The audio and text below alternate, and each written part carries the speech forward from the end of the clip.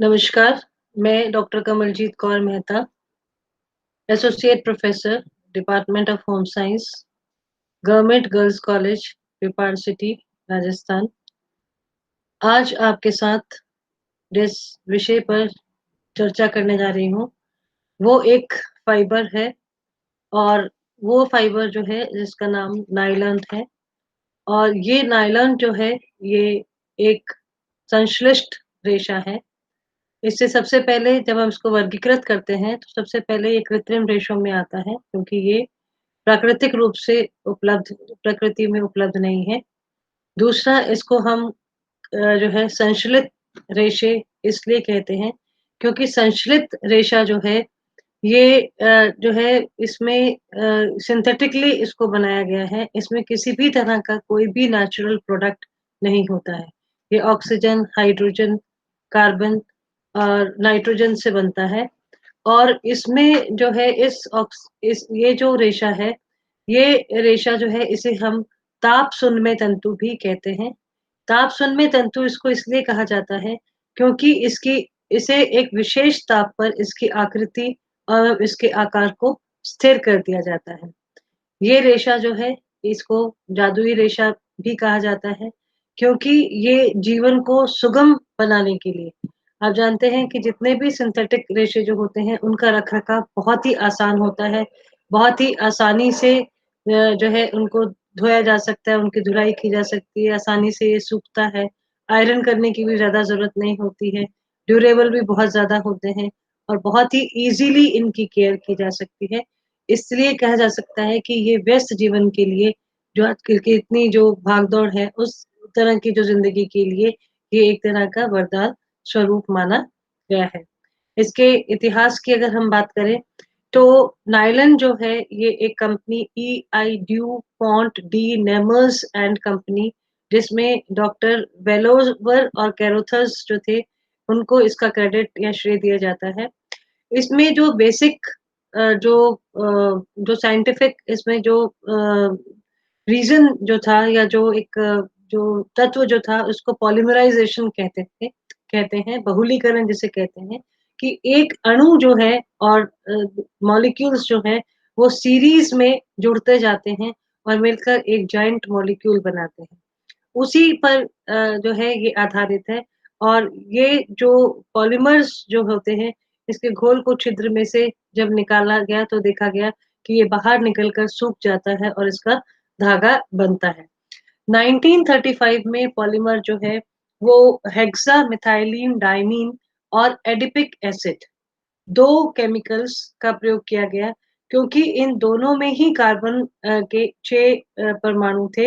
Adipic acid और hexamethylene का अगर हम जो केमिकल फ़ॉर्मूला देखें तो उसमें पाएँगे कि दोनों में ही कार्बन के 6-6 अणु थे और इसलिए इसको नायलॉन 6-6 का नाम भी दिया गया है। और नायलॉन जो है ये 1940 में ही मार्केट में आ गया, सिर्फ रेशों के रूप में ही नहीं, बल्कि जैसे आपके जो जितने भी जार्स हैं, बाल्टियाँ हैं, टब हैं, मग्स हैं, ये सब भी जो है ये इनसे ही इसी से ही बनाए गए। इसकी अगर हम बात करें मैन्युफैक्चरिंग की कि अब इसका जो निर्माण किस तरह से होता है, तो ऐसा कहा जाता है कि ये रासायनिक प्रक्रियाओं का एक जटिल श्रृंखला है। यानी इसमें कार्बन, हाइड्रोजन, ऑक्सीजन और नाइट्रोजन इन सबको नियंत्रित अनुपात में एक रचनात्मक व्यवस्था में रखा जाता है। और इसके लिए जो 2 रासायनिक गतिविधियाँ जो हैं इसमें रासायनिक जो विधियों से एक जो रस इसको तैयार किया जाता है, इसमें 2 केमिकल्स तैयार किए जाते हैं। एक है एडिपिक एसिड और दूसरा है हेक्सामेथिलीन डाइमीन। इन दोनों केमिकल्स को मिक्स कर दिया जाता है और इससे नायलॉन का सॉल्ट बनता है। इस नायलॉन सॉल्ट को एक खास तरह का एक ऑटोक्लेव बड़ा-सा होता है। उस ऑटोक्लेव जो कि एक प्रेशर कुकर के टाइप का होता है, उसमें इसको हीट किया जाता है। और उस गर्मी के कारण जो इन दोनों केमिकल्स के जो नन्हे कण होते हैं, वो एक श्रृंखला में बंध जाते हैं और इसे linear super molecule super polymer कहा जाता है। फिर इसे एक कास्टिंग व्हील होता है, जिस तरह का चरखा होता है, उस टाइप का कास्टिंग व्हील पर इसको बहाकर और इसको रिबन का आकार दिया जाता है और फिर इस पर जल छिड़काव करके इसको जमा दिया जाता है। और अब ये जो है इसको इसके टुकड़े जो है इसको फिर इसके टुकड़े काट दिए जाते हैं। इनके टुकड़ों को फ्लेक्स कहा जाता है और इन फ्लेक्स को पिघलाकर एक गाढ़ा घोल तैयार किया जाता है, जिसे कि स्पिनरेट नामक एक उपकरण में से ज़ोर से फ़ोर्स से निकाला जाता है। ये जो स्पिनरेट होता है इसके इतने बारीक छेद होते हैं कि जो कि हमें आँखों से दिखाई नहीं देते हैं और ये कितना महीन, कितना बारीक आपको रेशा चाहिए उतने ही हिसाब से उस छिद्र को रखा जाता है। यानी जो छिद्र की जो चौड़ाई है वो उस धागे के व्यास का निर्धारण करती है। और वायु के संपर्क में जब ये आते हैं तो वायु के संपर्क में आकर ये इनका आकार ठोस हो जाता है और फिर इसको एक कंडीशनर में से निकाला जाता है, जिससे ये नरम हो जाते हैं और आपस में सटते हैं और फिर इनको ऐंठन दी जाती है तथा धागा जो है वो धागे का ये रूप धारण करते हैं। अब इसके बाद में जो नेक्स्ट प्रोसेस या नेक्स्ट क्रिया होती है, जिसको हम कहते हैं ड्राइंग आउट द फाइबर यानी धागे को खींचना। धागे को खींचना इस समय जो अभी जिस स्टेज पर धागा होता है वो कम मजबूत होता है। इसके जो मॉलिक्यूल्स होते हैं वो स्कैटर्ड रहते हैं और उनको अधिक जो है खींचता है और खींचा जाता है और जैसे-जैसे खींचा जाता है तो ये मॉलिक्यूल्स जो हैं ये एक लाइन में आ जाते हैं और सीधे और व्यवस्थित हो जाते हैं। फिर इसे जो है एक खास तरह की उसपे घिरियाँ जो होती हैं 7 घिरियों के ऊपर से जिसमें पहली घिरी और 7वीं घिरी का जो की मूवमेंट होती है या जो स्पीड होती है वो 7 टाइम्स होती है। तो यानी कि जब ये पहली घिरी से 7वीं घिरी तक आता है तो 7 टाइम्स ज़्यादा ये स्पीड से घूमता है और ये जो है धागे को मजबूती प्रदान करती है। इससे धागा मजबूत और पारदर्शी तथा प्रत्यास्थापूर्ण बनता है। और ये जो धागे का मूल्यांकन है, इसका ये डेनियर में किया जाता है। जितना अधिक डेनियर होगा, धागा उतना ही मोटा होगा। जैसे विभिन्न डेनियर के धागे बनते हैं नायलॉन के, जैसे 12 नंबर का डेनियर है, वो महीन होगा। 15 का जो है उससे मोटा होगा, 70 का और ज़्यादा मोटा होगा। ये डेनियर इसका निर्धारण करते हैं। और फिर जैसे कि मैंने आपको नायलॉन में भी उसमें रेयॉन के बारे में बताया था, वैसे ही नायलॉन जो है उसमें भी चमक ज़्यादा होती है और इसमें डी-लस्टरिंग करने की आवश्यकता पड़ती है, इसकी चमक को कम करना पड़ता है। चमक को कम करने के लिए कुछ केमिकल्स का प्रयोग किया जाता है, जैसे टाइटेनियम ऑक्साइड, जिंक ऑक्साइड या बेरियम सल्फेट। इसको पॉलीमर के लिक्विड में ही मिक्स कर दिया जाता है और इसको मिक्स करने के बाद में जो है जिससे कितनी चमक कम करनी है, उसके आधार पर ही इसको मिक्स किया जाता है। और फिर अब हम बात करते हैं कि नायलॉन के जो रेशे होते हैं, वो कितने प्रकार के होते हैं। ये मुख्यतः 5 प्रकार के रेशे हैं। जैसे मोनोफिलामेंट इकहरे धागे होते हैं, जो एक ही रेशे से बनता है, वो इकहरा धागा कहलाता है। इसमें बटाव नहीं होता है, ये बटे हुए नहीं होते हैं, महीन होते हैं और चिकनी सतह के होते हैं। और लेकिन ये निर्बल होते हैं और इसको निटेड फैब्रिक्स या हॉज़री में इस्तेमाल किया जाता है। जो मल्टी फिलामेंट्स होते हैं बहुरेशीय, इनमें कई रेशों को इकट्ठा करके मजबूत धागा बनाया जाता है, लचीला और कोमल अधिक होता है। स्पन जो यार्न होता है उसमें धागे को छोटे-छोटे टुकड़े काटकर, खींचकर, बटाई करके, कताई से जैसे कि कपास को तैयार किया जाता है उसी तरह से तैयार करते हैं तो उसको स्पन धागा कहते हैं। और स्ट्रेच यार्न जो होता है ये नायलॉन के धागे को घुंघराला किया जाता है। इसको घुंघराला करने के लिए इसको जो हॉज़री में जैसे स्वेटर और स्लैक्स वगैरह जो अपन पहनते हैं, उसके लिए ये इस्तेमाल किया जाता है। और टेक्सचर्ड यार्न जो होता है, उसमें इसपे लूप्स भी बनाए जाते हैं और एक खास तरह का हाई प्रेशर एयर जेट होता है, जिसमें से इस धागे को निकाला जाता है, तो उसमें गोल-गोल लूप्स जैसे कि आपके टॉवल में लूप्स होते हैं, उस तरह के लूप्स इसमें बन जाते हैं।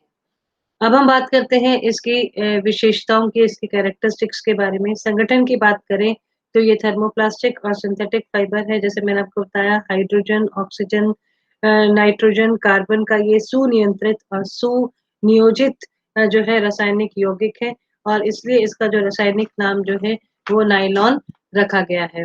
अनुवीक्षणीय रचना की अगर हम बात करें, तो इसका माइक्रोस्कोपिक स्ट्रक्चर अगर हम देखें, तो ये अत्यधिक पारदर्शी चिकना और पूर्णतः गोलाकार होता है और इसका व्यास सभी जो है स्थानों पर समान रहता है। और इसमें जो है कपास के नन्हे रेशे जो हैं ऊन के समान इसको घुंघराला भी बनाया जा सकता है और कपास के समान नन्हे रेशे भी इसके बनाए जा सकते हैं।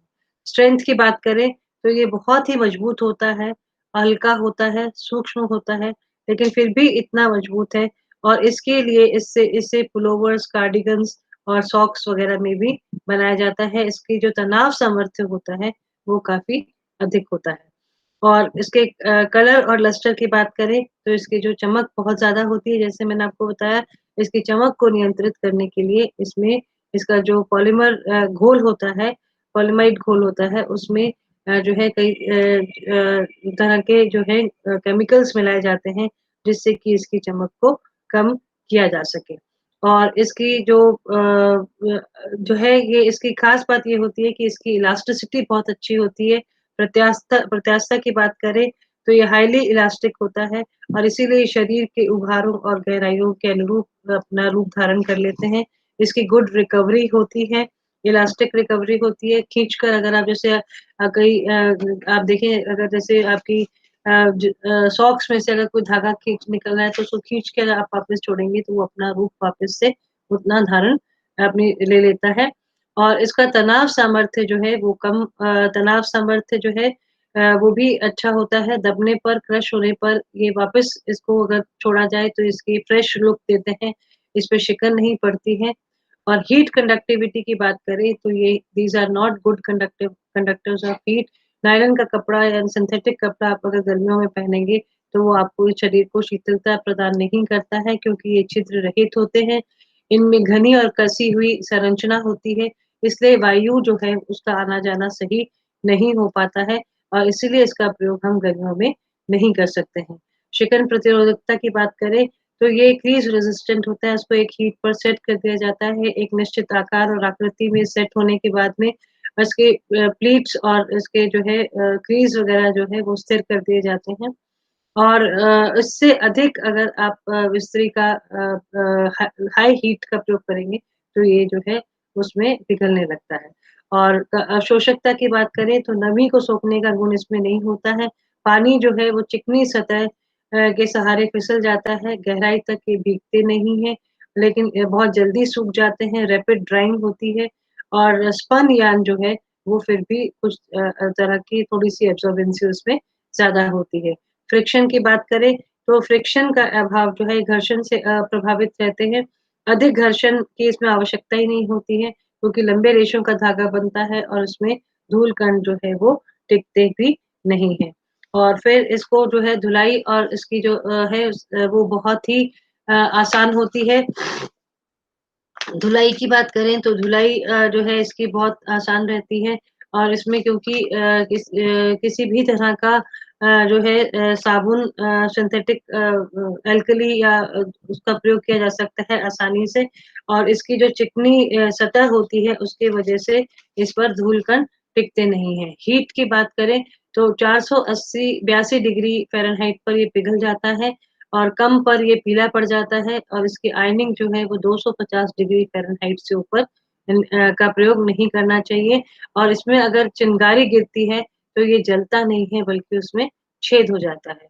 और सनलाइट की बात करें तो स्ट्रॉन्ग कलर्स जो है वो ज़्यादा उस पर प्रभाव नहीं पड़ता है, लेकिन डल कलर्स जो हैं वो धूप के प्रभाव से जल्दी प्रभावित होते हैं और इससे इसकी शक्ति भी कम होती है।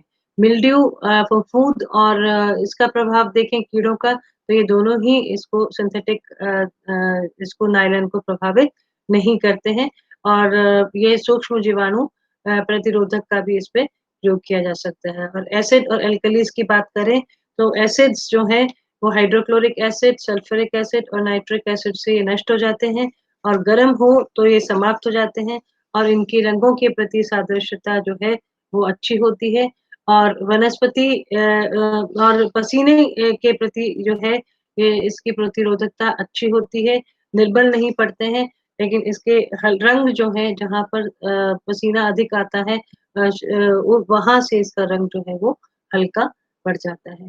तो इसी के साथ जो है ये आपके जितने भी रेशे अभी तक सब थे आपके कोर्स में वो सभी रेशे आज मैंने इसमें आपको लास्ट रेशा करके उसको कंप्लीट किया है।